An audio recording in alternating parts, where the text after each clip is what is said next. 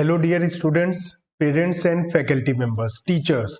मैं आपके लिए ब्रेकिंग न्यूज़ लेकर आया हूं क्योंकि सीबीएसई ने अभी अभी सेशन 22-23 के लिए 11th 12th क्लास के लिए, इवन 10th क्लास के लिए भी बहुत सारे पूरा गाइडलाइन इशू कर दिया है कि क्या कंटेंट होगा, कोर्स में क्या होगा। तो उसके बारे में मैं आपसे बात करने के लिए आया हूं। बहुत इंपॉर्टेंट बात है, तो आप ध्यान से सुनिएगा। पूरी वीडियो में मैं एक एक बात बताने वाला हूं आपको, क्योंकि मैं कॉमर्स साइड का टीचर हूं तो मैं केवल इस वीडियो में 12th क्लास अकाउंटिंग के बारे में बात करने वाला हूं। अगर आपको और 11th क्लास की अकाउंटिंग के लिए मैं एक अलग वीडियो बना दूंगा, तो आप पूरा वीडियो ध्यान से देखिएगा। मैं एक एक बात को कवर करने वाला हूं। मैं सीए प्रदीप कालरा आप लोगों के सामने ए टू जेड बताने वाला हूं कैसे एग्जाम होंगे 2023 में अकाउंटिंग के 12th क्लास के। आप मेरे YouTube चैनल को सब्सक्राइब कर दीजिए अगर नहीं किया है, क्योंकि आपको हजारों वीडियो मिलने वाली है, ना केवल 11-12 बल्कि BCom, BBA, CA, CA, CMA, अलग अलग प्रोफेशनल कोर्स के सभी न्यूमेरिकल सब्जेक्ट के रिलेटेड। चलिए हम इसको शुरू करते हैं। देखिए, अकाउंटिंग में 12th क्लास में कुछ चेंजेस आए हैं। एक तो ये कि अब टर्म 1 टर्म 2 नहीं होने वाला है, सब पेपर पूरा कोर्स एक साथ होगा, और कुछ कोर्स डिलीट हो गया है, और उसके अंदर हर चैप्टर के अंदर क्या क्या है उसको हम देखने वाले हैं। तो देखें उसमें, देखिए 12th क्लास के लिए हम बात कर रहे हैं और सेशन 22-23 की बात कर रहे हैं। 80 मार्क्स का सब्जेक्ट हमारा आएगा, 20 मार्क्स का हमारा प्रोजेक्ट रहेगा, 3 घंटे का पेपर होगा।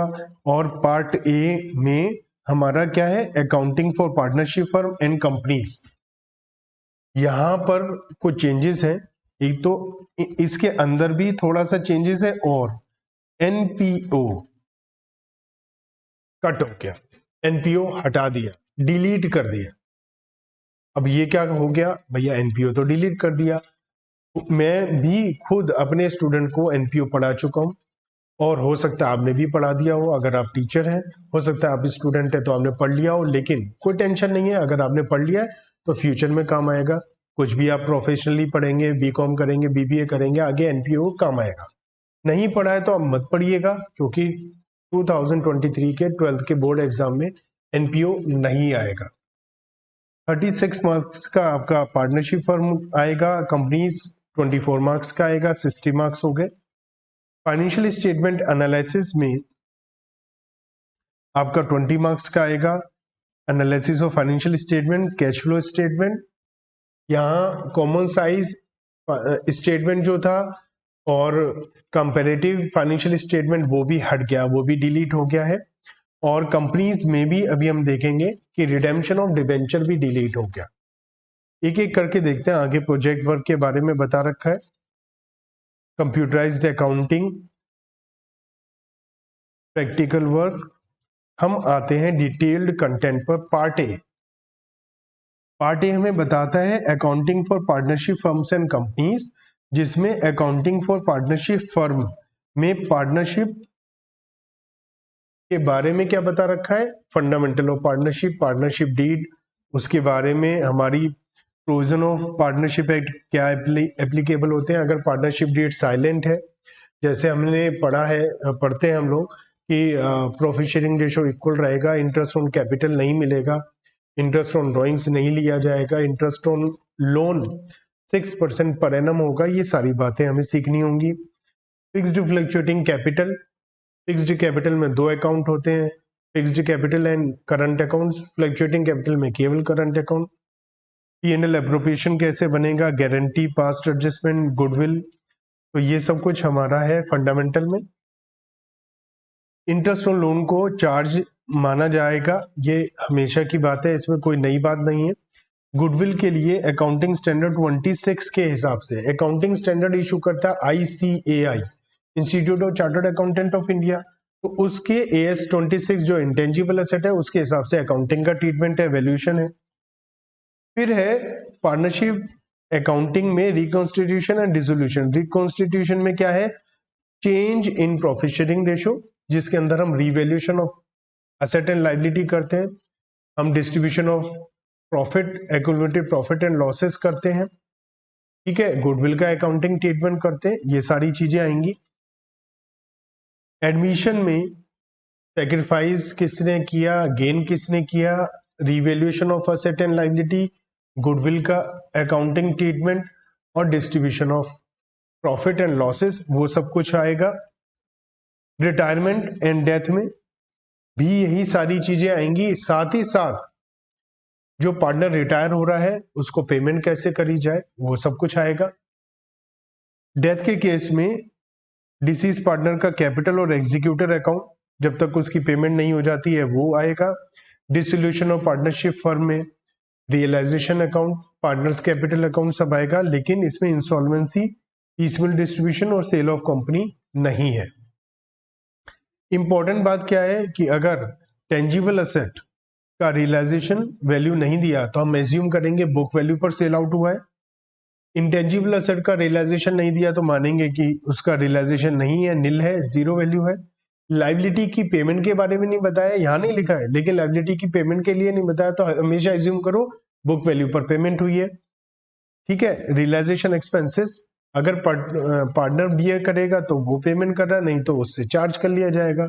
ये तो एक नॉर्मल बात है। एक और चेंजेस है जो कंपनीज में अकाउंटिंग ऑफ शेयर कैपिटल है। शेयर कैपिटल कितने टाइप की होती है, issue of shares, preference shares, equity preference share में क्या डिफरेंस होता है, इशूड एट पार प्रीमियम क्योंकि डिस्काउंट पर तो हम इशू नहीं कर सकते हैं। Calls in arrear and advance है लेकिन इसमें इंटरेस्ट नहीं है, interest on calls in arrear और interest on calls in advance नहीं है। Issue of shares for consideration other than cash, जैसे हम डिफरेंस को गुडविल या कैपिटल रिजर्व में ट्रांसफर करते हैं, अगर बिजनेस परचेज करते हैं वो सब है। Theoretical private placement of shares है, एम्प्लॉय स्टॉक ऑप्शन प्लान जैसे ईसॉप बोलते हैं, और स्वेट इक्विटी है। और फीचर है इशू ऑफ शेयर है, प्रोराटा भी ऑब्वियसली हो गई यहाँ पर, और बैलेंस शीट में इसका कैसे डिस्क्लोजर होगा। जो बड़ा चेंज है वो यहाँ पर है कि डिबेंचर का इशू तो है, रिडेम्पशन ऑफ डिबेंचर डिलीट हो गया है। रिडेम्पशन ऑफ डिबेंचर्स डिलीट हो गया है तो वो भी अब पढ़ने की जरूरत नहीं है। डिबेंचर का इशू है at par premium discount, issue for consideration other than cash, redemption condition, और हम डिस्काउंट और लॉस ऑन इशू को कैसे राइट ऑफ करें, ये सब कुछ है। कोलेटरल सिक्योरिटी के लिए हम कैसे इशू करें, ये सब कुछ है। ठीक है, फाइनेंशियल स्टेटमेंट एनालिसिस में फाइनेंशियल स्टेटमेंट कैसी होती हैं, उनकी प्रेजेंटेशन, P&L और बैलेंस शीट का format as per schedule 3 of 2013, लेकिन यहाँ पर कॉमन साइज बैलेंस शीट और comparative statement, common size P&L, ये सब कुछ डिलीट हो गया है, ये भी नहीं है। और फाइनेंशियल स्टेटमेंट में एक्सेप्शनल आइटम नहीं है। फाइनेंशियल स्टेटमेंट एनालिसिस में रेशियो एनालिसिस है। रेशियो एनालिसिस में लिक्विडिटी रेशियो में करंट और क्विक रेशियो है, और सॉल्वेंसी रेशियो में debt equity ratio, asset debt ratio, proprietary ratio, interest coverage ratio, debt to capital employed ratio है। एक्टिविटी में inventory turnover ratio, receivable turnover, payable turnover, ये आ जाएंगे। Fixed turnover ratio, net asset turnover ratio, working capital turnover ratio. Profitability ratio में GP, operating profit operating ratio, net profit and return on investment. Return on capital employed भी हम बोल सकते हैं इसे। रिटर्न ऑन इक्विटी नहीं है, return on equity share holder fund नहीं है। नेट प्रॉफिट रेशियो को profit before tax after tax दोनों पे निकाला जा सकता है। Cash flow statement accounting standard 3 के हिसाब से बनता है, जिसमें हम ऑपरेटिंग, इन्वेस्टिंग और फाइनेंसिंग एक्टिविटी लिखते हैं, ये सब कुछ है। ऑपरेटिंग एक्टिविटी में इनडायरेक्ट मेथड है, डायरेक्ट मेथड नहीं है, वो पहले भी नहीं था अब भी नहीं है, वो कोई नई बात नहीं है, ये पहले भी नहीं था।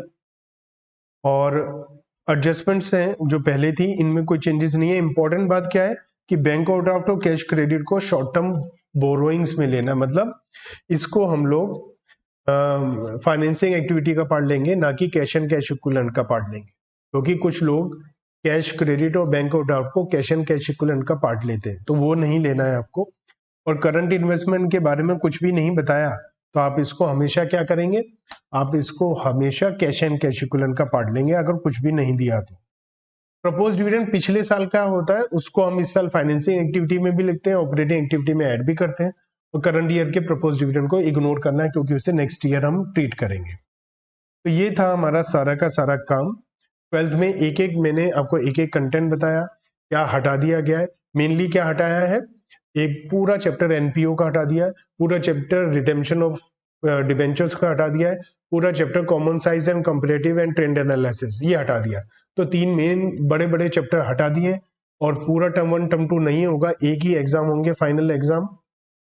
आपके स्कूल में प्री टर्म प्री एग्जामिनेशन जो मर्जी हो सकता है, हाफिली हो सकते हैं, लेकिन सीबीएसई का फाइनल बोर्ड का एग्जाम एक ही होने वाला है। तो मैंने आपको A to Z सब कुछ बता दिया क्या क्या होने वाला है, तो कोई कंफ्यूजन आपको नहीं होनी चाहिए। थैंक्स, आप लास्ट तक पहुंचे, मेरी वीडियो को आपने देखा। अगर आपको अच्छा लगा है और आप हजारों वीडियो देखना चाहते हैं तो आप मेरे चैनल को सब्सक्राइब करिए और सब में शेयर करिए, ताकि ज़्यादा से ज़्यादा सब्सक्रिप्शन हो तो मेरे अंदर भी एक ज़्यादा मोटिवेशन होगा आपके साथ ज़्यादा से ज़्यादा नए नए वीडियो शेयर करने का।